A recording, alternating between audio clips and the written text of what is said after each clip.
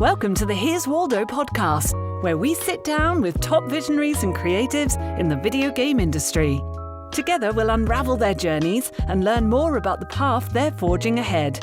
Now, let's get started with the show. Hi, I'm Lizzie Mintis, founder and CEO of Here's Waldo Recruiting. This is the Here's Waldo podcast. In every episode, we dive deep into conversation with creatives, founders, and executives about what it takes to be successful. You can expect to hear valuable lessons from their journey and get a glimpse into the future of the video game industry. This episode is brought to you by Here's Waldo Recruiting, a boutique recruitment firm for the game industry. We value quality over quantity, transparency, communication, and diversity. We partner with companies, creatives, and programmers to understand the why behind their needs. We provide a white glove experience that ensures a win-win outcome. Today's introduction thank you goes to LinkedIn. Post on LinkedIn. You never know who will end up seeing your post. It might be Sonia Michaels. So thank you for reaching out. Sonia has taught professional communication, public speaking, and English for over 30 years and has also worked extensively as a career coach and admissions consultant. Sonia has presented at GDC, #1 talk of 2023. #1 career talk, career focused Career talk, okay. PAX Dev, PAX West, and more. In April 2023, she completed a 3-year elected term on the board of directors of the IGDA. And in June 2023, she received the Excellence in Teaching Award at the Indiecade Horizons Showcase. Let's get started. Thank you so much for being here. I'm excited to talk about all things career coaching, all things hiring in the game industry. It's just the perfect time. It's a lot right now. Yep. It's a lot. It's always important to talk about, but especially now with all of the layoffs. Before we get started, can you just share a bit about your background and what brought you to become a career advisor in games? Oh, goodness. Well, I started out as an English teacher and just kind of tripped and fell into this. I was teaching and my department chairs started wanting me to do like business English and career communications. And I said, I don't really know how to do that. And they said, well, go get a book and you will figure it out. And I loved it because there's that instant gratification of, somebody coming back to you and going, that resume, it helped me. I got this job, the interview, whatever. And so it was very different. And so I spent the last, close to 35 years teaching both English and communications. And the last 16 of them, working with the game industry because I've been teaching at DigiPen up in Redmond, just across the lake from here. And you are there today. I am, I'm still there. And then I am at the end of this semester, terrifying big change. I'm going to step back from teaching and start to do some of the other stuff I want to do, write the book I've been meaning to write, do more talks, more webinars, more coaching, all of that stuff. I love teaching. It's been a long haul. And after 35 years, I'm ready to stop grading. I think I want to keep teaching and just never grade anything ever again. I've never heard that. That's funny. But I'm happy that you are doing your own thing and following your heart and your path. And I think that's so well received, whatever business you're in, when your heart's in it. Yep. Well, I know you've talked a lot in some of your talks about the importance of soft skills in the interview process. Can you get a bit into that? Yeah, and I mean, the first thing I should say is that whenever I say soft skills, I do it with little airy quotes because I hate the term soft skills because there is really nothing soft about them. Like, they're incredibly important skills. And one of the things I'm always reminding people I work with and students is that when a project crashes and burns, like when a team falls apart, it's actually not usually because people don't have the skills they need to do it. It's usually because of some kind of breakdown in communication, in leadership, in connection between the people, among the people on the team. And so that's why I think it's so important to focus on that interpersonal stuff as well as on getting the very specific skills you need. I mean, like, my students are brilliant. I look at their art. I look at, they do stuff that I don't even understand what they're talking about, which is amazing. And they also need to get the job and talk to people and work across functions. And, programmers need to know how to talk to artists. It's different languages. And so that's what I've been working on for a very long time now is I actually created the class that I've been teaching for a little over a decade now, which is just basically all of the communication challenges that will hit you when you are ready to go get a job. Everything from your resumes, your cover letters, your interviews, to stuff like onboarding and performance reviews and leadership, like all of the communication challenges that people call soft skills, but they're really hard. So that's why I called my last GDC talk, Soft Skills Are Hard. They are hard. Can Yeah. you get a bit more into that? I mean, what specific ways can people improve their air quote soft skills? Soft skills. Well, you know, talking to people, networking, and a lot of my students have this kind of visceral, like, ick reaction when I say networking. They're like, ew, that's kind of like, using people. No, it's not. It's actually making friends. And you go out there, you go to something like GDC or PAX or whatever, and everyone out there in the game industry is exactly as weird and awkward as everyone in here in the classroom, including myself. I'm counting myself in that. And it's just like, make friends, talk to people. And, when it comes to interviews, I think a lot of the time people prepare too much for the technical stuff and not enough for the interpersonal stuff, because that's where people get to see what kind of teammate you're going to be and what your values are and whether you're going to be like a good fit with the team. And so that's why I focus so much on that stuff, because there's other people who can teach them about the whiteboard interviews and, all of that. But I'm like, when you are asked to talk about a failure or a weakness, that feels like a trap, but it's so not a trap. It's a golden opportunity to show that something went wrong and how you reacted in a time of crisis and what you learned. And, you can tell a growth story out of it. And so I spend a lot of time talking to people about the fact that everything they say doesn't have to be shiny and perfect, because sometimes, like, talking about the weaknesses and the things that didn't go well, that's what's going to make someone go, okay, on this team, sometimes stuff falls apart and we need somebody who can roll with it. And so, that's always my focus when working with people, is that the interpersonal, like, these are going to be your colleagues and your friends and your teammates. And so you might as well bring yourself, bring your authentic self, get to know them, let them know what kind of person you are? Yeah, absolutely. But I think being vulnerable is scary, and people feel especially scared to be vulnerable in an interview process. And I've had feedback. I've been a recruiter 7+ years. And sometimes the feedback is that the candidate seems arrogant, but I know that they're not arrogant. They're just really insecure and projecting this big projection, but it sort of ends up hurting them in the end. It does, which always makes me sad, because I love it when somebody tells me a personal story.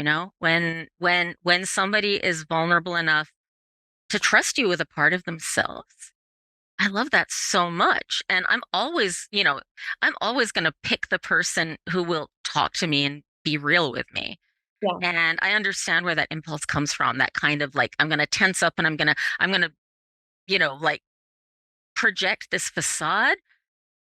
But then not only do they not get to see the real you don't get to see the real them. You don't know if you want to work with them, right? It's a two-way street. And so I think that's also so important. If you're bringing yourself and you're being vulnerable and you're being open and honest and whatever, you should be getting that back, and in a professional sense, of course, from the people you're talking with.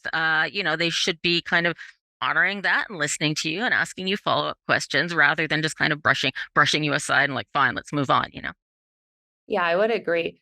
And I did want to talk about interviewing being a two-way street, because I think that's a really common mistake. People get interviewed, but they don't interview the company. So how do you recommend, are there certain questions, or how do you recommend people discern if the company is the company for them or not? I know that's a big Oh, question.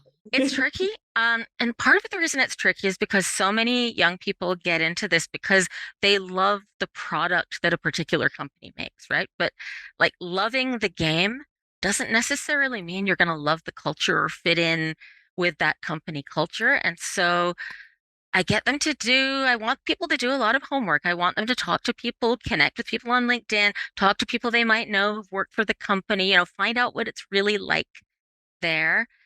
And figure out the difference between fan and colleague. Same goes for, interviews, cover letters, and so on. If you write a cover letter and it's all like, oh, I've been playing your game since I was 5 years old or whatever, one, you're going to make people feel old. And then, two, it's like you're now a fan. You're not a prospective peer and colleague. And so I want people to come at this as a colleague and find out, ask questions about, the team and what's the day in the life like, and what's, if this job, who would I be reporting to, and how many people would be on the team, and when are the stand-ups, and how does everything work? People should show that they're trying to visualize themselves doing the job, Yeah, and then that, that okay, that this person's actually interested in the job. That's I think that's a really good way to approach it. exactly. And it's so important to have questions when they ask you, do you have any questions? No is the wrong answer. Yeah, But that's a wasted opportunity. And oh, I have a favorite question though, and it's not mine. It's something that I got from actually from Katie Golden, who runs the Safe Point Industry Gathering, which is wonderful, wonderful nonprofit group. And Katie came in and talked about interviews to my class once, and she said that her favorite question is at the end of the interview, you say, at this time, like, are there any concerns that you still have about me as a candidate? Because I'd love the opportunity to address that now. wow. Total Yeah. power move question, right? It's terrifying for people to ask, but I always tell students, if you go ask that question, let me know how it goes. And some of them have messaged me like in the break between sections of the interview, and, oh my God, I asked the question and it was amazing. And I got to talk about stuff, So I love that question. That is the best question. Thanks, Katie. That's such a good question. And it shows that you are open to hearing feedback and taking constructive criticism, Yep. and you have a growth mindset, which I think probably every company is hoping to hire somebody with these fundamentals. Yeah, like how can I do better? What can I do better to convince you that I should work here? And I love that question so much. I like to ask, or I tell people to ask, advise, what does this job expect from me in the first 30, 60, 90 days? What would be doing a good job here? And is there anything I can do ahead of time? It's sort of I like, love what am that I one. missing? But is there any skill that I could work on in the meantime? And that really shows that you're dedicated, you're interested, and that you're going to take it upon yourself.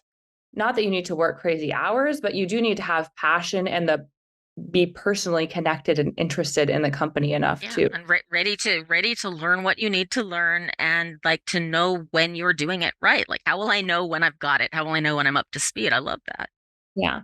I hear that a lot of times people from school, I'm a very direct person, I'm gonna go for it. People from school have a lot of experience. Let's say they made their own game in school, and then they come in and they tell someone very senior about all the stuff they've done, but it makes the senior person feel like they think that they've done all this stuff, but the senior person thinks that they haven't actually worked in a production environment and it's very different. How do you coach people through that scenario? Okay, well, first of all, when when I'm working with students, and I mean, I've I've worked with so many students, and I love it. And our students at DigiPen, they work on projects. Like every year, they've got team projects that they do, and they have to do all the roles. And so some of them have like titles on their school projects, like creative director or lead, Yes. what. And I'm like, okay, first of all, these are really this is loaded language. And yes, somebody's going to look at this resume and go, oh dear. You're not a And creative director. I yes, am. you're really, really not a creative director. So, Totally. yes, if that was your official title, you also did other stuff. Like maybe you were the VFX artist, or you were the, tools programmer or whatever. So Yeah. lead with that. And if you are going to use the word lead, you have to show, like, somewhere on your bullets and somewhere in your, whenever you're talking about what you've done, you have to show what that leading actually involved. Like, guided a team of 4 other artists to do this thing. You can't just say, I was a lead, and we expect people to accept that. And so yeah, there's absolutely this thing, and it's like 3 years of experience is not 3 years of academic experience. It's like dog years. And so I'm always telling people, be careful around that stuff. Like, make sure it's clear. You're not trying to pass off academic projects as professional projects, and you're not trying to claim experience that you don't actually have. But I think as long as they telegraph all of that clearly Yeah. and, don't come across like I am ready for a senior role, they're generally okay. That is such an issue. I remember I had a more junior candidate interview once, and they put C++ expert on their resume. They had one of those charts, and that was their expertise because Yep. that was their expertise. But the hiring manager told me, this kid thinks that they're an expert in C++. How could that be? They're just graduating school or have a year of Yeah, experience. that's why like one of my absolute pet peeves on resumes is when people try to do that thing where they have like life bars or whatever, like 4 stars or diamonds or whatever, because Take it out. I'm like, okay, if you give yourself 4 out of 4 stars, first of all, what is a star? If you give yourself 4 out of 4 stars, you're saying that you are the expert. You're a junior in college. But if you're honest, then you give yourself what, 1.5, 2.5 stars. That looks mediocre. You don't want to look mediocre either. So ditch the little life bars and just, present the skills in the order in which you're prepared to talk about them. And, there are ways to show your expertise level that aren't stars, hearts, or diamonds. Yeah. How would you recommend articulating it into your resume? Um, Students or not? I, again, because years are so complicated, I know that some people are like, just put the number of years, and if you're a student, we'll realize that they're academic years, which is fine.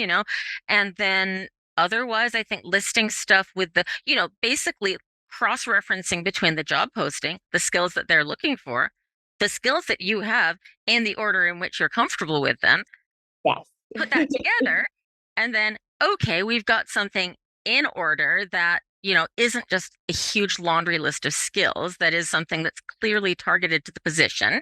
And if I see something at the top of the resume, I'm like, okay, they put that there because they're really comfortable with it. And then down at the bottom, there's the stuff that maybe you played with, you did a little project with. It's not the main thing. And I'm like, if you're not even that comfortable with it, don't even put it Put on it there. on your resume.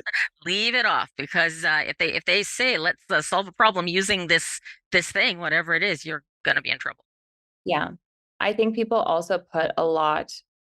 I had a very senior executive level person I was talking to, and they put that they were proficient in Jira on their resume. And we talked about it, and I was like, at your level, I think you could remove that. That's not going to be a make or break for the job. So I think there are skills, you know, very fundamental, like a programming language or a art software that you're really proficient in that matter. But I think basic stuff like PowerPoint or any of the Microsoft products, for instance. Exactly. And I'm like, However, in some cases, it's like if you're a systems designer, okay, maybe there's a reason that you're going to put Excel on there, but you have to be able to make it sing and dance. Like if you're a producer, there's different things that you need to show that you know how to use, and like take off all the filler, take out all the strong work ethic, and that's table stakes, right? That's expected. So yeah, I do a lot of, well, when I teach resumes, we actually do it all on the screen. We go through people's resumes together on the screen. We share them. We talk about them. The whole class, the whole group has suggestions to offer. And it makes such a huge difference because you've got artists and programmers and designers and sound design, whatever, all in the same room. And they're seeing things that the one person alone just doesn't see. So it's fun to do it that way. I love group reviews. that should be on YouTube. I think that everybody needs that. Student, not student, everybody at some point in their life needs help with their resume. And I wish there were better. Yeah, and I love doing that also because it reminds them still to collaborate, that it's not like this is the time when you're all competing for the jobs or whatever. These are still your people, and you can work together. And the designer can say, I don't understand what's that software you're talking about? I've never heard of it. And then the artist can explain and so on. It's like you're still collaborating with people, which is absolutely the best way. This is networking. What other resume tips do you have? Oh, artists love to do this thing sometimes. Sorry, calling out my BFAs. I love my BFAs. I love them beyond all reason. They're wonderful. But they do this thing where they put the icon for the software that they know how to use, and they don't put the word for the software they know how to use, which means that anything that's scanning the resume is not going to see the word. And if they don't see the word, if it's through an automated system or whatever, that's just tragic. And so I'm reminding people, like, you have to have those keywords in your resume. Look at the job posting, read it like you'd read a Shakespeare sonnet, take it apart, look at what they want, look at the positioning of things, give them that, put the words in, and so I think that's really, really important is that tailored resume. There's the master document that you have somewhere that's like 3 pages long, but that one page you're going to send out has to be focused on what this position is, because otherwise, what's the point? I would say 1 to 2 pages. Well, yeah, depending on level of experience. Yeah. Yeah, But not more. Yeah, students though, 1 page. 1 page for a student. Yeah. And please take that you worked at McDonald's or Wendy's or Subway off of your resume. Start slicing stuff off the bottom. And then, I always figure you get a second page around like 5 years or so of experience, like when you've got enough experience that it's really getting cramped in there. But before that, I'm like, please, let's keep it on one page, because recruiters are exhausted and overworked too, and don't want to read all of the things, just want to read the important things. So, yeah. Make it really easy. When I started recruiting, my manager told me that the average recruiter spends 7 seconds on a resume, and I was appalled. But as I have become a very proficient recruiter, you do scan and you don't spend that long. And I really need to understand what you have done and also what you want to do, because sometimes that's super unclear. Like you said, if you're in school and you've done all the roles and you've been a VFX artist and you've been a designer, or even in your career, it's super confusing for me to know what you want to do next. Yeah, they got to have that title up there, what is the job that you want here? Make life easy for the person who's going to read this, because one recruiter isn't just going, I'm going to spend all day recruiting for this one single position. There's all kinds of stuff. So making it easy for the reader is so important. So positioning things, formatting things so that the reader can go, okay, I know where I'm supposed to look now. There is a sort of a level of, sometimes a little bit of creative formatting. Okay, that's nice, but not when it kills the readability of the document. And that's what happens so often. And I don't need to tell you, I'm sure you've seen it all, but yeah, I want everything to be readable, because I want people to have some compassion for the person who's the end user of this document. Yeah, you have to make it easy. I think when you start interviewing too, and you read a lot of resumes, it becomes clear. But if you're not in an interview position, it can be a mystery. Is there a resume that you is your go-to template? Where do you suggest people even start on the internet? I hate templates. I think templates are evil because a format. Okay, right. Going to Canva going, Right. And I think there are some really good formats that work beautifully, but what I find is that a lot of people go to like a pre-made template and it's pretty, but it's really hard to get your hands into it and change it. Like when you're ready for it to grow with you, it's like, oops, I can't make this, I can't change this font or this color blocking or whatever. And so templates often end up costing people a lot more time. And so I'm seeing, I think that for game industry specifically, the usual college advice is put your education at the top, but I often suggest that people put their projects higher up and, move their education down, because the projects, just showing that you've done full cycle projects is really, really important. And, some schools do a bunch of them, some do like one or two as a capstone or something, but like that's what's going to show people not just that theoretically how to do the thing, but that you've done the thing. Yes. And so I usually try to get people to sort of slide that stuff up. And any good resume is modular, right? It's got components and it's got, a nice, easy to read skills list, which separates the kinds of things, software tools and skills and so on. And I think it's just, I don't think there's any one format that's perfect for anyone, but I want people to be really mindful about it. I want them to think, why am I putting this list here? Why am I putting these things in this list and not in that list? And I want them to spend enough time on that. And I know it's time and I know it's extra work, but it's so worth it for the results at the other end when you come up with something that's like really clear and readable and elegant to look at. Yes, you must take it very, very seriously because it's your ticket in the door, just like a test from a company within reason. Mhm. I like when people have links to their portfolio as well and projects that they've done. Yeah. They hyperlink it, but I'm always irritated if they hyperlink and the link doesn't work, or it's just a blank website, or they let go of the domain. Yeah, the dead links. And the other thing that I usually suggest, I mean, for the, for the beautifully formatted resume, there are ways to make it so that the link is still clickable, but it's not like blue and underlined and ugly, right? Like you can actually make it so that the whole thing still works with your theme, with your colors, with, whatever. And so even, I mean, it takes 5 minutes. I always forget how to do it in between doing it because it's a little bit fiddly, but it looks so much nicer and sleeker and more professional when it's not just like hyperlink, hyperlink, hyperlink all over the place. And stuff like editing your LinkedIn link so that it doesn't have all the random stuff at the end of, after your name, little things like that that add polish, I think are so important. Like I love to see a resume where I don't even know why I like it so much, but when you look into it a little bit deeper, it's because everything is just really polished and all the divider lines are like the same width and all the spacing's nice and all the end punctuation's nice and it's like it's not even my conscious brain that's seeing it, it's my lizard brain. It's like, ooh, pretty shiny. And so I think it's just so worth spending the time doing that to just make it really beautiful and polished.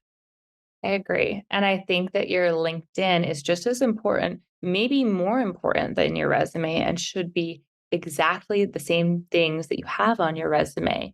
Maybe you could expand and add more if you'd like, but everything should be there. I often see a beautiful resume with no LinkedIn or a great LinkedIn with no resume. And then people say, oh, I'll just download my LinkedIn for you, but the format's all wonky. And that's just like you're putting no effort into the interview Yeah. process. You can't even make a resume. You're just going to download your LinkedIn. I Yeah, and I mean, mean, how long does it take to just copy paste and tidy it up a little bit? And I think sometimes the issue is that a lot of times people don't really understand what LinkedIn can do for them. And I found that I have to talk with people a lot about that because they're like, oh, it's just one more, social media thing that I have to mess about with and so on. But I tried to remind them that this is actually a way for you, you've got all your active job searching, but then this allows you to like put it out there and have people come to you and have people find you. So you better give them something to find. And sometimes people will submit a LinkedIn assignment to me and it'll be completely recursive. The only thing in the contact information will be the LinkedIn. And I'm like, you just trapped me in an eternal loop. I'll never forgive you. There's just like, I want to go here. And instantly I want to go, ooh, resumes over there, but projects are down here. And if I click that, that's portfolio right there. And there's a featured link to and it's like, bring it to life because it can help so much, especially right now when there's just ridiculous levels of competition and, layoffs and so on. It's your LinkedIn has to be alive. yeah, it's your personal brand. It's so important to keep it updated, keep it active, have a picture, make sure your title is correct. Because as a recruiter, I'm going to find you in a few different ways. I'm going to search you through your company. If you're working through at a well-known company, you're more likely to get pinged because that's a way. I could look by degree, but I'm probably going to look by keywords. So just like you said, whatever keywords are on the job that you want should also be on your LinkedIn profile if you've actually done those things, so I can find you from the words. Yep. Yep. Words are really, really important. And I've spent my life dealing with words and they're so important because nobody's going to know that you have the skills and you're really good at what you do unless you show them, unless you have it there for them to look at. Yeah, I just saw a Volition had a big layoff, and a sweet individual posted, like, I never post on LinkedIn, but I figured I'm updating my portfolio, so I just wanted to post it here. And it had a ton of traction, and I liked it and commented so it would get more traction. But I've had so many people tell me they're uncomfortable with putting themselves out there like that, which I do well, I guess I don't really relate to because that's what I do all the time. I have this podcast, I have my business, that's okay for me. But I understand how some people might feel that way. But the amount of views, the amount of traction you're going to get, like you never know who's going to look at your LinkedIn post or your LinkedIn profile. We got connected from LinkedIn. That's amazing. Exactly. And like I see people like, because like in times of layoffs, it makes everyone really miserable. But then Yeah. every now and then I see a post. And I think my favorite layoff post, probably of all time. Did you see the guy who did the baby's first layoff post? No. It was brilliant. I think he's the only, because I connected with him on LinkedIn and I was like, please, can I, because I was doing a talk on layoffs for PAX. And I was like, please, can I use your post? He was like, sure, as long as you give me credit. I think his name is Lee Moskowitz. And he's not in games, but I just saw this thing. It was like baby's first layoff. And it was this like little pastel thing that looked, quite, and it was so brilliant and it made me smile. And I thought that's so good because it humanized him and it showed that even though he was in a rough place, he was able to have a sense of humor, some, resilience, all of that stuff. And I was just like so impressed by the presence of mind to do something like that. And it was he had a t-shirt, baby's first layoff, whatever. And I just thought it was adorable. And he does actually, his LinkedIn is fantastic. He's got a podcast now too. I don't even know the guy, but he seems like he's he's doing it right. That is doing it right. I like that a lot. I always like the creative posts people have, or even when they're real, like, hey, I've been searching for 3 months. Here's some feedback I've gotten. Let me know if you have any leads. I really appreciate that. There's a few people on my LinkedIn who both just found jobs, but I always read their posts and I always follow along. I have a couple final interviews. I'm nervous and like I like to read it, even if I'm not commenting or engaging. I like it, but then oh yeah, it just got a job, and I'm like, yes. it's a story. It's like by the end of it, you have a stake in it, and I'm invested. yeah, and I love how the community comes together. Like Amir Sadbat's big game industry job list and so on. Like the things that people are doing to help each other. It's so it's so hopeful at a time when that things can be really disheartening for people. It's so nice that people are out there like offering their time and mentoring and putting together these wonderful lists and resources. And I think that's one of the great, I mean, there's a lot of stuff about the game industry that has traditionally not been that great, but this is one of the great things is that anytime there's a layoff or a studio closure, like the industry comes together to help people. And I love it. Yeah, Amir has been amazing. I want to give him a shout out. If you don't follow Amir, check him out. Amir Savat. But I think, yeah. Okay, we'll spell that out for you, or I'll post it on the website so you can find it. And if you're a good recruiter, you'll definitely find it. But he has a whole list of all the studios that are hiring. But what's really important and what I think is impactful is he has a list of people that have volunteered their time to be mentors from recruitment to design to engineering, anything games. And these are people that have opted in and are willing to talk to you and help you. They will. Don't feel bad. Just reach out. They really love to help, I think. Actually want to talk to you. They want to talk to you. They've signed up on the list, but nothing could help more than people that will volunteer their time and give you some perspective for free. Yep. I love that. And there's another guy who did something similar, started a couple years back on Twitter. His name is Joe Hobbs, and he's an artist.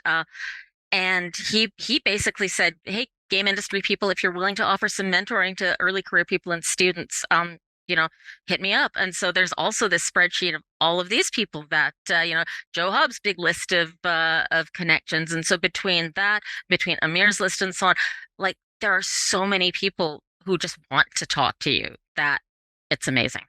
Yeah. I think if you post on LinkedIn too and say that you're looking for mentorship or could use some guidance, that people will reach out. I was really surprised when I joined the industry. People are just kind and passionate and really, really willing to help.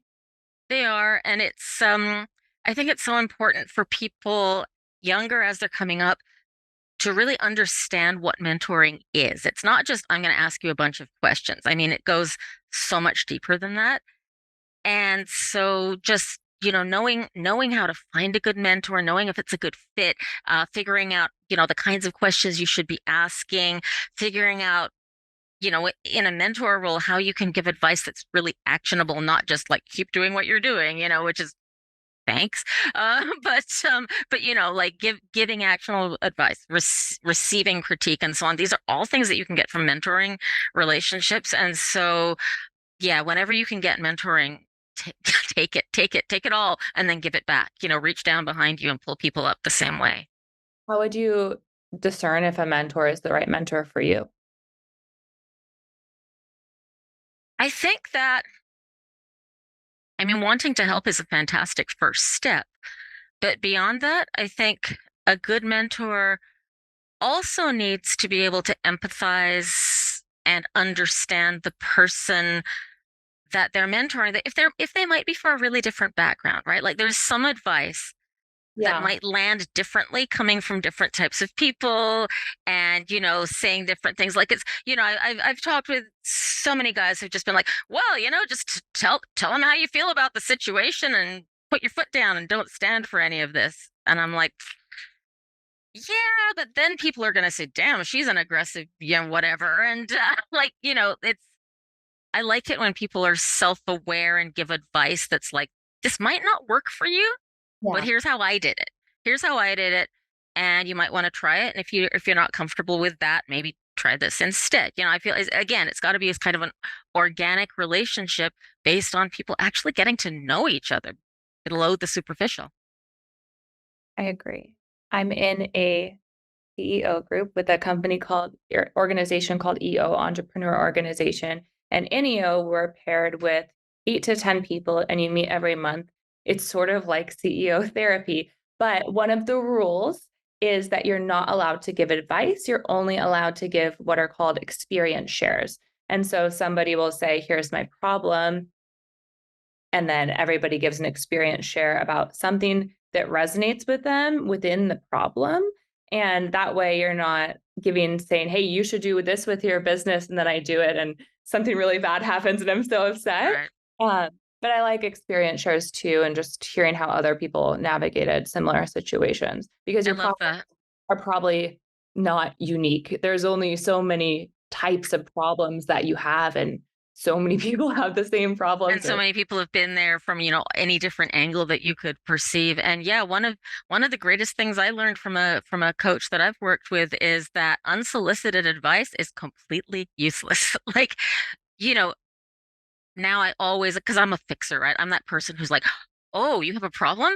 And talking to him, and then I was like, now I have to say, would you like to know what I think, or would you like to know what I would do in this situation, or what I've done in this situation? And oh, it's hard, especially with parenting, right? It's so hard, but it's so good to just like back off and wait until your advice is welcomed. Yeah, I listened to a great podcast by Mel Robbins, and it's called The Let Them Theory. And I'm also a fixer, and I like to have things go smoothly according to schedule in the optimal way. Yep. So that's my nature. And the Let Them Theory is incredible. It's a really good podcast. And she talks about how her son was going to prom and he hadn't booked a restaurant for his group, and he was going to go to a stand-up taco place that sat 10 people with a much larger group. And her instinct was to say, no, let me help you, get you in at whatever restaurant. Then she's been practicing let them, and she let him do it, and she let him make his own mistake. And it's probably a really memorable experience that he will have. And it's okay, right? Yep. And hey, maybe it was great. Maybe it was like, let's sit on the curb and eat tacos, but who Yeah. knows, right? But yeah, and it's so hard because you can see what's coming sometimes, but if somebody's not ready to listen, why risk the relationship you have with them to like beat them down into doing things your way? So I think mentoring is also like, not do things my way, but here's what's worked for me. Like you said, share the experience, and acknowledge that things don't work the same ways for every person. Absolutely. I think people are also hesitant to be mentors because of imposter syndrome. Even really successful people think, hey, what's somebody going to learn from me? But you can learn from anybody and you can have small takeaways. Yeah, absolutely. And imposter syndrome is, I mean, it's endemic, right? It's all of us. I mean, there's times when it's still rears up in my life and so on. But a few years ago, a friend and I started doing this like little accountability thing where when we're having a day like that, and somebody types at you in Facebook Messenger or Discord or whatever, oh, I'm such a useless whatever, whatever, whatever. And we just keep in a text file on our desktop, we keep their bio, their professional bio, paste it into the chat, and then say nothing for 10 minutes. And so they have to go and look at their bio, and then they come back and go, oh, I've actually done some really, okay, I've done some really cool stuff, And so we kind of do that for each other. And it might sound silly, but it's actually worked really well to just kind of remind someone to go look at their own accomplishments. That's a great theory. I had Linda Shad on the podcast who started Void Pets, which is a mental health game. And she said she named her imposter syndrome Chad. And she like has a little character out of it. And I love that. It's like naming your sourdough starter or something. Chad, imposter syndrome, sourdough starter. Yeah, that's pretty cool. That's very pandemic of you to make sourdough, or maybe just Pacific Northwest. Yeah, it's probably very Seattle, but yes, for a while there was Bob, but I let him die. That's awesome. How do you think the job search approach has changed in the last couple of years? Do you think it's the same, or how is it updated? Oh boy. It's a can of worms because there's it's this supply and demand thing, right? Like there's so many people looking for junior roles right now. Yeah. And so many people, so few junior roles to actually have. And still you'll see job postings and it'll say like, junior entry level must have shipped a AAA title. Yes. Okay, where would you like me to find that AAA title, And so I'm constantly reminding people that this is a wish list and that it's still okay to apply, even if you don't have 100% of the things, because it might be their wish list. But if you could do 100% of the things on that list, like up to, this expert standard, this isn't the job for you. You're not going to be challenged enough, right? So people should apply to jobs that are going to be challenging and, that they can do and do well, but haven't done so completely that they're just ready to move on to the next thing before they get started. I would say, as somebody who counsels with many founders, CEO, CTO, hiring manager, people that are writing the jobs, often the job is copied from somebody else's job listing and then updated slightly. Not a lot of thought is put into it, and then it's posted on the internet. So definitely take the job description with a grain of salt. And if you don't have something, I think you could, if you want to make a cover letter, you could explain, well, I don't have 3 years, or I don't have a AAA title shipped. Here are some personal projects I've done, and I'm very eager to learn, yada, yada. Yeah. And I like my favorite thing to tell people when they're just starting out is to get out of their own way. Like, don't spend an entire pile of time apologizing for the things you don't have. Focus on the things you do have. Yeah. And yes, I mean, acknowledge where you're coming from, but let the people at the other end decide, don't just like start tearing yourself down before you even start, because they get to decide, are they going to interview you or not, so yeah. And just it's so hard because people are getting desperate for jobs, and so they're starting to apply for things that are kind of like at that next level up. And so I'm always trying to help people understand, if it says 1 to 3, yeah, okay, 1 to 3 years, you can, if you have a bunch of good projects, like you said, a bunch of stuff you've been working on, fine. You're not going to annoy anyone by applying. If it's like senior level, please don't, because like you might know how to use whatever the software is, but you don't know how to use it at that level. You don't have the experience that people are looking for. So there's always this kind of calibration that people have to do, because they reach the point where they're like, oh, there's something with my keywords, I'm going to grab it. And I was like, slow down. Let's look at this. Let's find out if it's actually worth your time, or if it's just going to be something that you put 3 hours into it and then, it comes to nothing. I thought the other day about this. As a recruiter, as a candidate, you don't like to be spammed. You don't like getting a bunch of messages from Chat GPT that don't have anything to do with you and they haven't even looked at your profile, it's the same thing for applying for a job. They don't want you to make this ChatGPT cover letter for a job that you're not qualified for. In both circumstances, you should research and maybe tailor your resume depending on the job. I'm also blown away by the LinkedIn posts I see that say, I've applied for 1,000 jobs. 1,000 jobs don't exist that you're qualified for, and blasting is not going to help you find a job at all. It's really not. And I think shortcuts generally aren't. Yes. Generally aren't shortcuts because I tried, because ChatGPT, this is all anyone's talking about, whether it's industry or academia or whatever. So I did an experiment, and over the summer, I fed a bunch of cover letters, really good cover letters, into ChatGPT and said, make this better.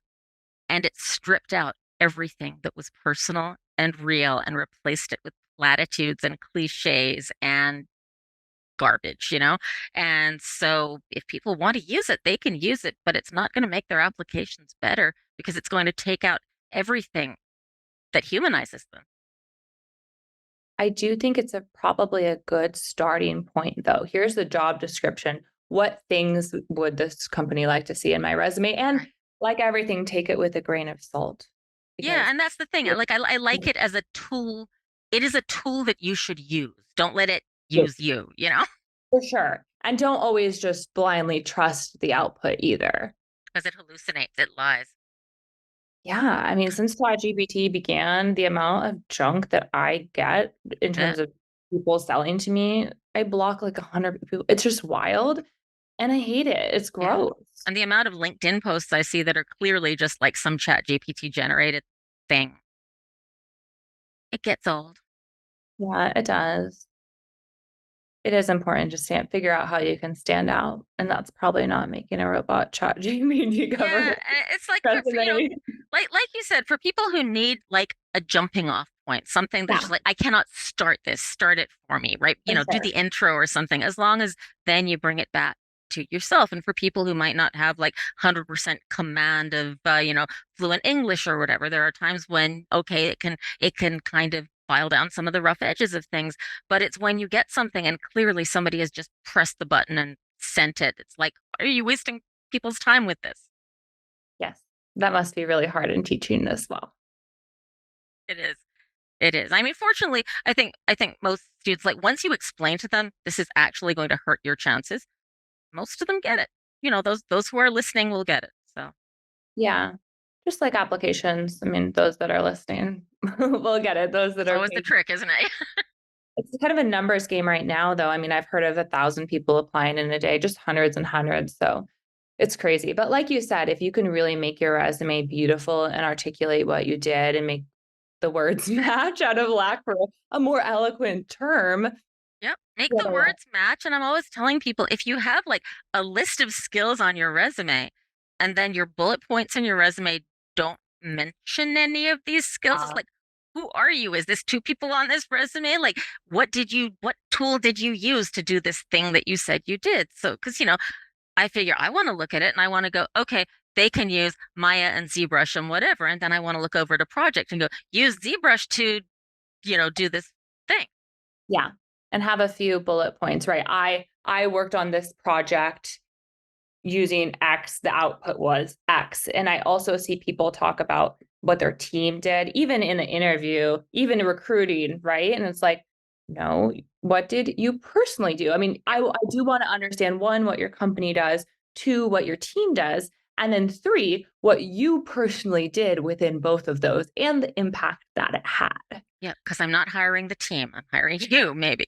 So the worst is they're like, oh, and then they kind of backpedal. Well, my team did this big thing and my contribution is X. And that feels like a bait and switch as somebody interviewing. So I always like to have transparency. Like, just tell me the thing that you did. Yeah, just tell me what you contributed to this. And if you don't know what you contributed to this, really, because of imposter syndrome, ask your teammates because they'll tell you. Yeah, they will. You are an expert at public speaking. This is also my own curiosity. How did you get so good at it? And I'm assuming that you feel comfortable doing it, but that is an assumption. So how have you? Um, well, okay, first of all, I was that theater kid in high school and college, right? So like put me on a stage and let me go. But I think from teaching, like, I pretty quickly figured out that teaching was something that I liked to do, and that teaching is essentially public speaking.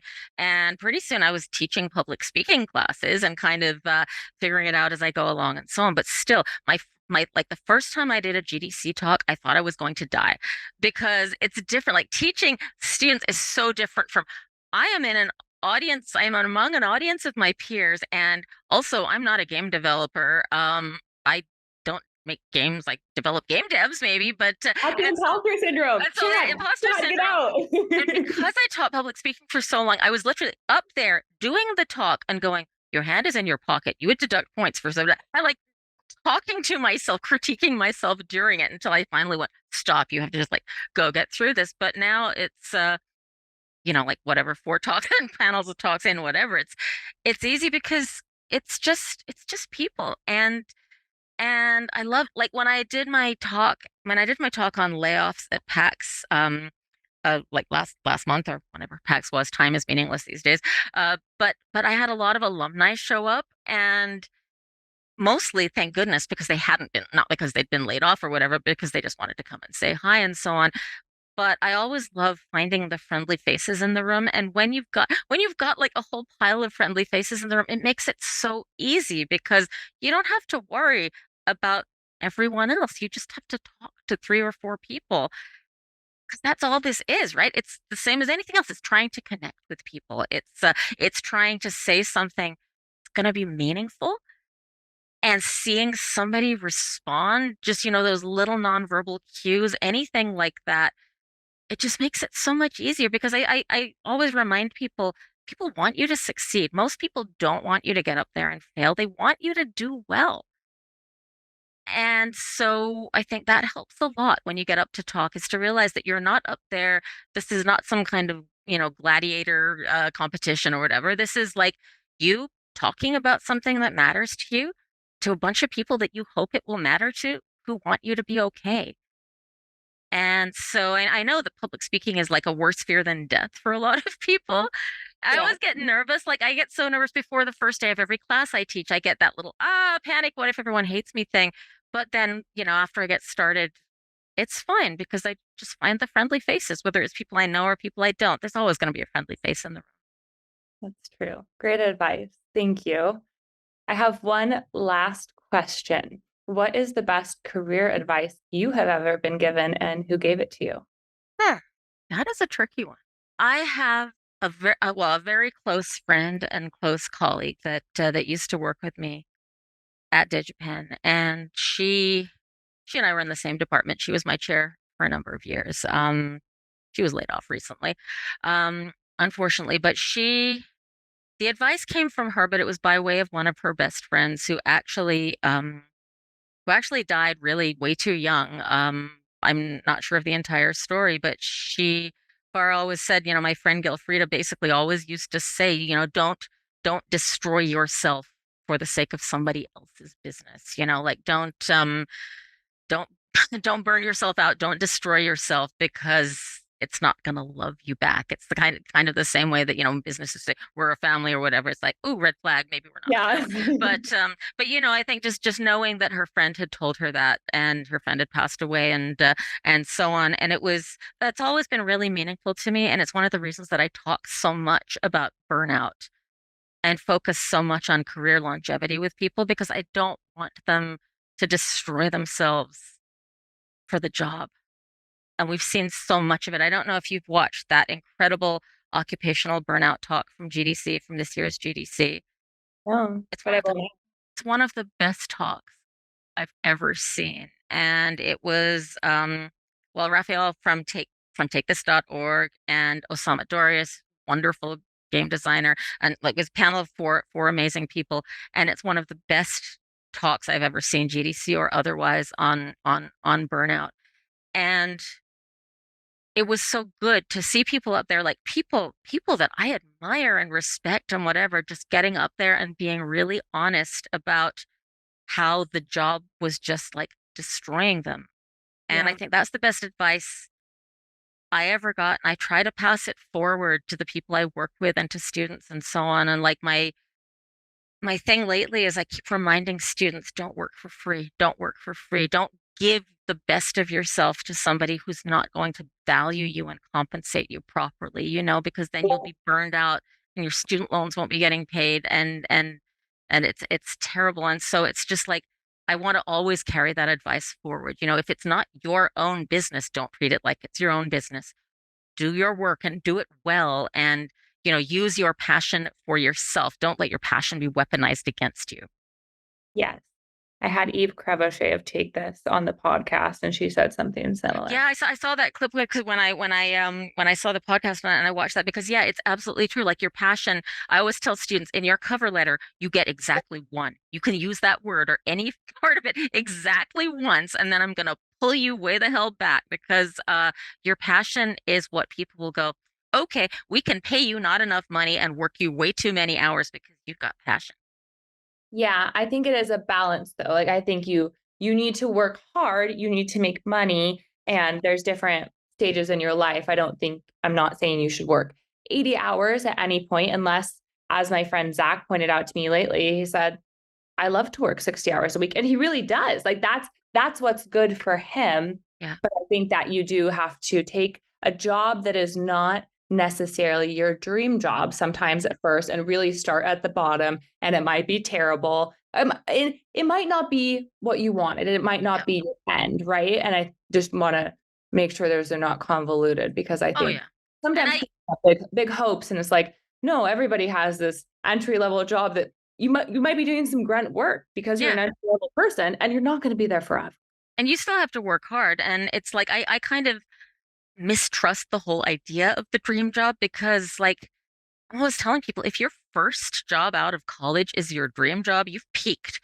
Like your dream job is the job that you get after you do that entry level stuff and you do your time. You put in your time, you earn your progress and your promotions and whatever. But I think what gets me is when I know somebody is profiting off the work of young people without compensating them. Yes, Like absolutely. volunteer for things you care about and work hard for the job that's paying you, but not to the degree that it is using you up. Because, Totally. I mean, the lifespan of a game developer isn't that long. It's something like 7 to 10 years on average. And I've heard 3 to 5 for marginalized people. And that doesn't pay your student loans, Yeah. So yes, I want people to have that passion and I want them to use it, but I don't want it to destroy them. Yeah, it's a balance for sure. We've been talking to Sonia Michaels, who is a game industry educator, speaker, and career coach. Sonia, where can people go to contact you, hear your talks, and learn more about you? My LinkedIn page, which do I need to tell you the link or like yeah, We'll link it on the you podcast. got that. So yeah, my LinkedIn, and I don't use Twitter much anymore because it's kind of Icky. not great to use anymore. But find me on LinkedIn and connect with me there if anyone would like to talk to me. And yeah, I'm always happy to chat with people. And every time I do a talk, I get like 24 new LinkedIn connections. And I love it because then I get to meet all these cool people. LinkedIn's the best. I want to add a note on that. If you add someone on LinkedIn, sometimes people get a lot of LinkedIn requests a day, especially if they're recruiters. So if you put a personalized note, for instance, hey, Sonia, heard you on the Here's Waldo podcast. Would love to please. connect. It's much more likely. Why does LinkedIn make it so hard to do that on your phone, though? Like it's so much harder to add personal on your phone. So because they have 21,000 employees and they just laid 600 off. Like, but why do they have 21,000 employees? That's really just yeah. This is the question. But yeah, people can reach out to me on LinkedIn, and then from there are links to other places that people can reach me in email and stuff like that. Thank you so much. Thank you for your time. Thanks so much for listening to the show this week. To catch all the latest from Here's Waldo, you can follow us on LinkedIn. Be sure to click subscribe to get future episodes. We'll see you next time.